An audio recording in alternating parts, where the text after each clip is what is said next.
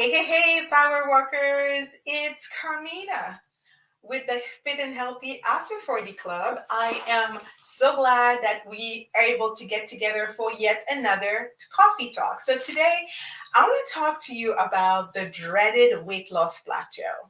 It happens to everyone, but how you handle the plateau determine whether or not you'll stay stuck or you'll be able to move on.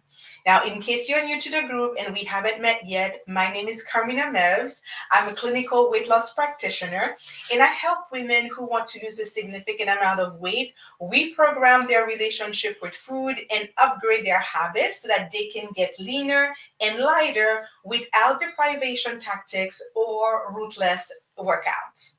So, before we dive in, I would love to hear from you, whether you're watching live or you're catching the replay. Do you ever get discouraged because the weight loss is so slow that you end up giving up altogether? If that's you, I got you. Because trust me when I say I know what it's like. I remember thinking I was never going to lose this weight because I was so fixated on the number on the scale that it only kept me frustrated, discouraged, and worst of all, stuck. I finally took a step back and I realized that I needed to change my mindset and my focus if I ever wanted to move forward. So, yes, I wanted to lose the weight, but the most important thing for me was to be healthier and feel better. Because I knew a quick fix was not the answer because I didn't just want to lose the weight, I wanted to keep it off. So I didn't want to focus on having to lose the weight over and over again. So the bottom line is that I needed a lifestyle change, not just get thinner. And there are many reasons why we hit a plateau, and everyone is different at the rate that they lose weight and where they lose it, right? And it's really easy to get discouraged. I get it. But the bottom line is that if you continue to keep your new healthy habits in place, you will see results. Most people get discouraged and they give up too soon before they ever have a chance to get the results they want, right? They're like, I can't lose the weight. I'll never reach my goal, right? These are the things we tell ourselves, but you know, it's not about a time frame. And I think that's where we get stuck. So if we can change your focus to getting healthier, making better food choices, exercising smarter, you will do for yourself more than if you're just obsessing over a number on the scale. So if you're not getting enough sleep, if you have a high level of stress, if you're eating a fair share of processed foods, you are going to have an uphill battle trying to lose the weight. So by addressing it from a taking better care of yourself perspective, the rest tend to fall in place. Because while we can always control the number on the scale, we can control how we take care of ourselves. In the long run, this is so much more important in order to have a healthy and happy life. So let's talk about the sixth strategy to help you bust out of a plateau if you are stuck in one. Number one is focusing on eating the healthiest, most nutrient dense food you can. So we want to think about real food, not foods with a list of ingredients that you can pronounce.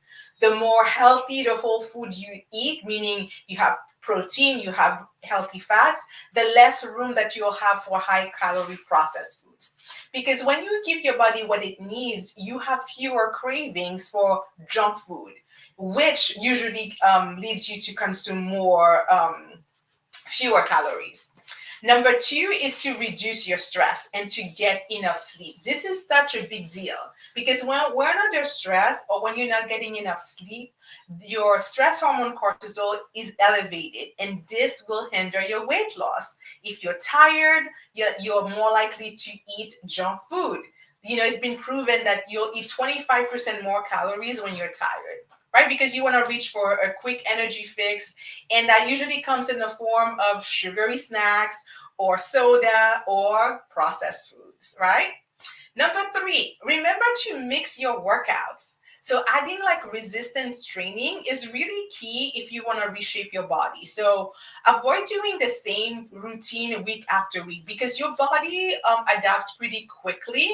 So if you switch things up a bit, you'll get results quicker. So like doing cardio only in a long term is actually going to stall your weight loss efforts. So it's good to change something about your routine every 30 days or so.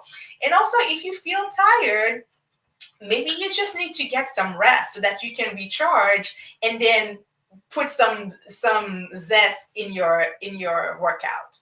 Number 4 is to track what you're eating. As you know, I don't focus on calorie counting, but it's good to have an idea of how much you're consuming because if you find that you get stuck, it's a good time to reevaluate how much you're intaking, right? So it's not so much that your calories need to be lower because sometimes if you don't eat enough calories, the weight loss will stall as well.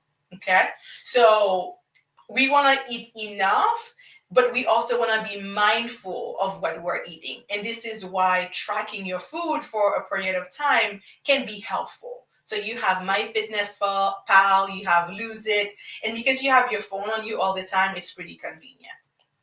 Number 5, don't skip meals. And this is a biggie. I know that most people skip meals because, or they eat very little at lunch because, like, I'm going to save my calories for later. But your body keeps track though.